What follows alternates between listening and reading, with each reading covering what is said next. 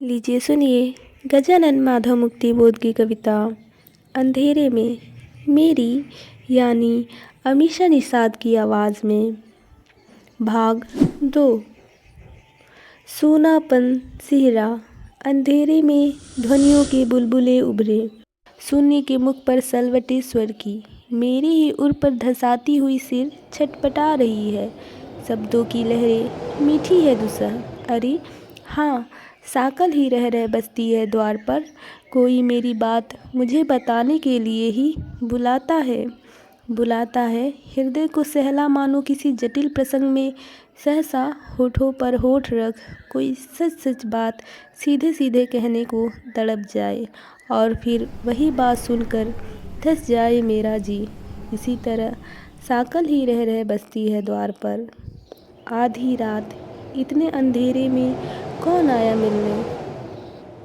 Women प्रतीक्षातुर, कोहरे में घिरा हुआ द्युतिमय मुख, वह प्रेम भरा चेहरा, भोला भाला भाव।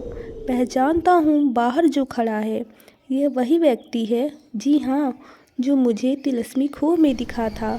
अवसर अनवसर प्रकट जो होता ही रहता, मेरी सुविधाओं का न तनिक ख्याल कर, चाहे जहाँ चाहे जिस समय उपस्थित, चाहे जिस रूप में, चाहे जिन प्रतीकों में प्रस्तुत।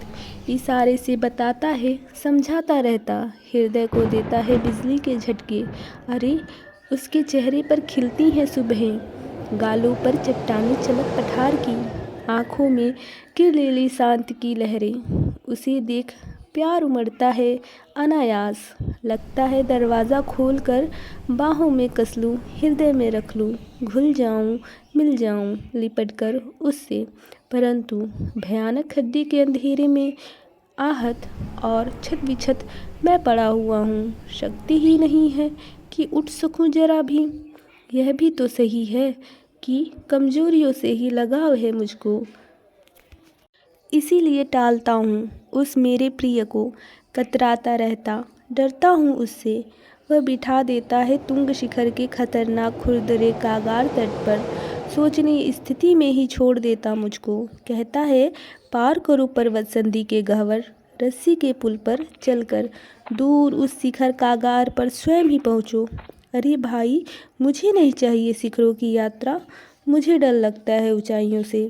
बजने दो साकल, उठने दो अंधेरे में ध्वनियों की बुलबुलें। वह जन वैसा ही चला जाएगा, आया था जैसे। खड्डे के अंधेरे में मैं पड़ा रहूँगा, पीड़ाएं समेटे। क्या करूँ क्या नहीं करूँ, मुझे बताओ। इस तम शून्य में तैरती है जगत समीक्षा की हुई उसकी, सह नहीं सकता। विवेक विक्षोभ महान उसका, तम अंतराल में सह नहीं सकता। अंधियारे मुझको द्युतिमय आकृति सा भविष्य का नछा दिया हुआ उसका, सह नहीं सकता। नहीं नहीं, उसको छोड़ नहीं सकूँगा, सहना पड़े मुझे चाहे जो भले ही। कमज़ोर घुटनों को बार बार मसल लड़खड़ाता हुआ मैं उठता हूँ दरवाज़ा खोलने। चेहरे से रक्तहीन विचित्र शून्य को गहरे पोंछता हूँ हाथों से। अंधेरे के ओर छोर टटोल टटोल कर बढ़ता हूँ आगे। पैरों से महसूस करता हूँ धरती का फैलाव, हाथों से महसूस करता हूँ दुनिया, मस्तिष्क अनुभव करता है आकाश। दिल में तड़पता है अंधेरे का अंदाज। आंखें ये तथ्य को सूंघती सी लगती, केवल शक्ति है स्पर्श की गहरी, आत्मा में भीषण सच्चित वेदना जल उठी दहकी। विचार हो गए विचरण सहचर, बढ़ता हूँ आगे, चलता हूँ संभल संभल कर। द्वार टटोलता, जंग खाई जमी हुई जबरन सिटकनी हिलाकर।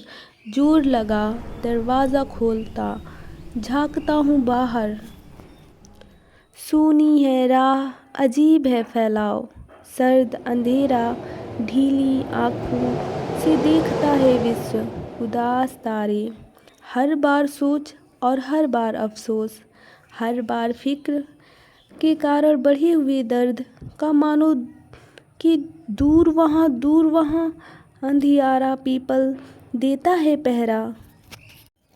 हवाओं की निसंग लहरों में कांपती कुत्तों की दूर दूर अलग अलग आवाज़ टकराती रहती सियारों की ध्वनियों से। कांपती हैं दूरियां, गूंजते हैं फासले, बाहर कोई नहीं है, कोई नहीं बाहर। इतने में अंधियारे सोने में कोई चीख गया। रात का पक्षी कहता है वह चला गया है, वह नहीं आएगा, आएगा ही नहीं अब तेरे द्वार पर। वह निकल गया है गांव में, शहर में, उसको तू खोज अब, उसका तू शोध कर। वह तेरी पूर्णतम परम अभिव्यक्ति, उसका तू शिष्य है। यद्यपि पलातक वह तेरी गुरु है।